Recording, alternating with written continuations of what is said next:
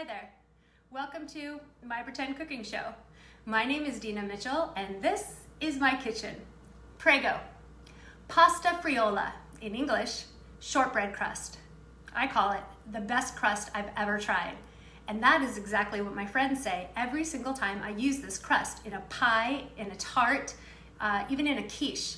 I'm going to show you what goes in it.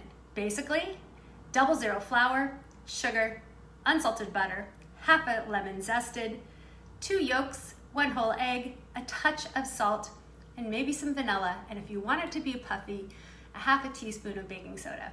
I am also going to show you how to make a chocolate version and the very best gluten-free pie crust you've ever tried. Non-stop, this is it. And I'm also going to give you the D.I.I version of making this. So, gluten-free, cup for cup. This is great stuff. Now every gluten-free flour is not the same. Different ones are good in some things and some are good in others. This makes an absolutely wonderful pie crust and breads as well. Cup for cup, mainly because it has non-fat flour in it. I'm sorry, non-fat milk powder in it. So that regular 00 flour.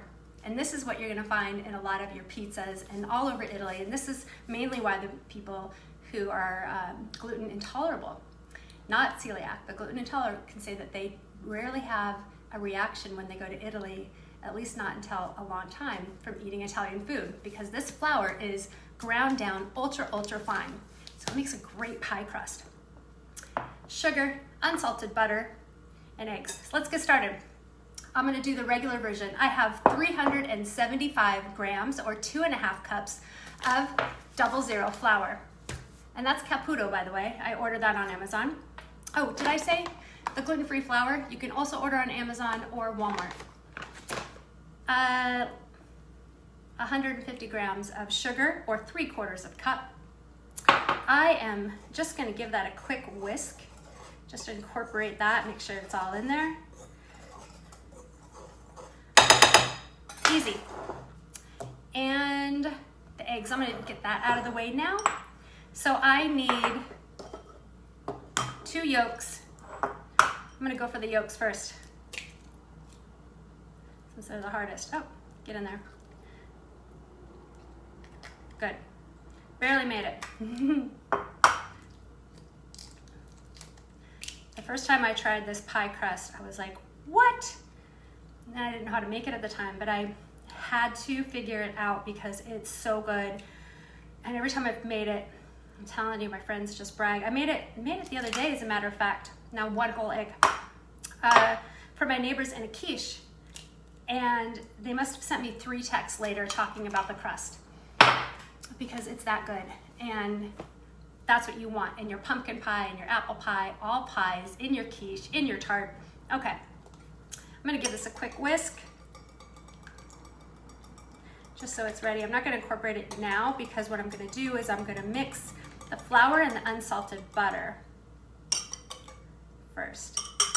Okay, so the unsalted butter is chilled, not super cold, but it's chilled, and I cut it up into little pieces. Now you can use your food processor. If you do, only do the butter and the flour. Don't do the rest of the ingredients. And the reason why I'm doing it with my hands, and you can do it with your hands, and I suggest you do, it's just not gonna get tough. You want that flaky crust.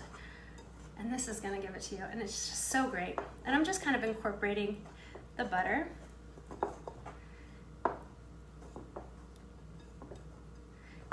And they use this recipe in other countries as well, but Italy is the one that started it. For good reason. Have you ever had a crostata? I made a crostata di ricotta e visciole, which is a sour cherry pie. Just amazing. You know, when you don't have to pick off the crust and pick it to the side and just go for the inside, I mean, it's that good. All right, so I pretty much have that in there because I'm gonna still keep mixing it in. I'm just gonna do just a touch of salt. And I'm just gonna do about a half a teaspoon of vanilla, and you can do without the vanilla, you don't have to have it. And I'm gonna do half a grated lemon. Let's just add some great flavors in there.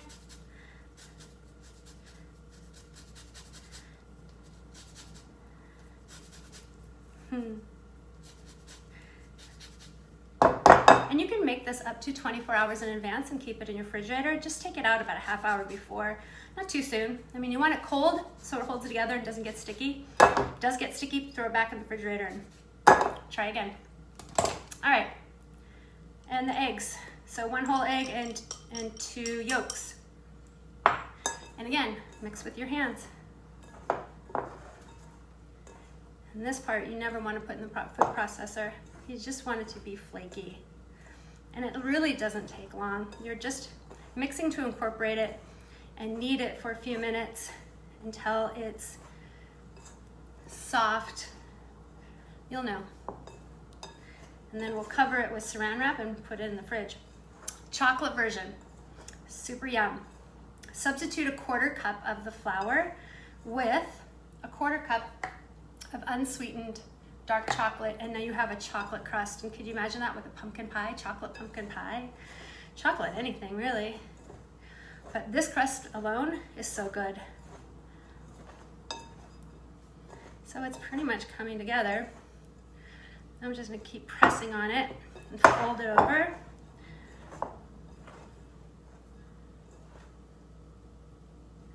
And this is where you want the butter to be slightly chilled, but not warm. Your hands are warm, so you're working with it.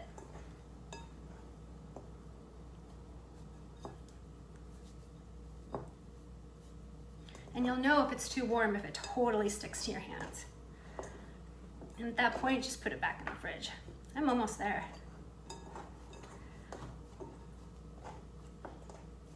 And right now, I'm just making sure all the butter is in.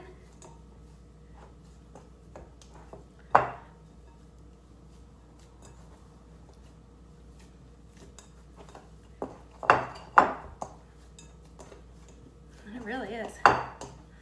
So this will cover about 8 to 9 inch pie with the top, with the lattice top. I think I've done like a 10 and it still worked. Depends on how tightly you want your lattice.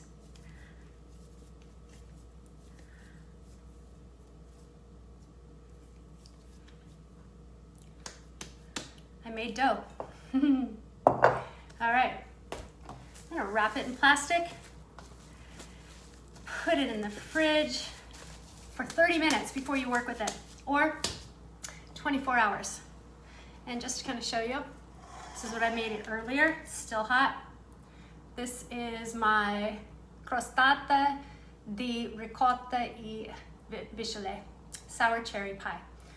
The crust is amazing. Anyhow, thanks for watching my Pretend Cooking Show. My name is Dina Mitchell. I'll see you next time. Please like and subscribe. Ciao.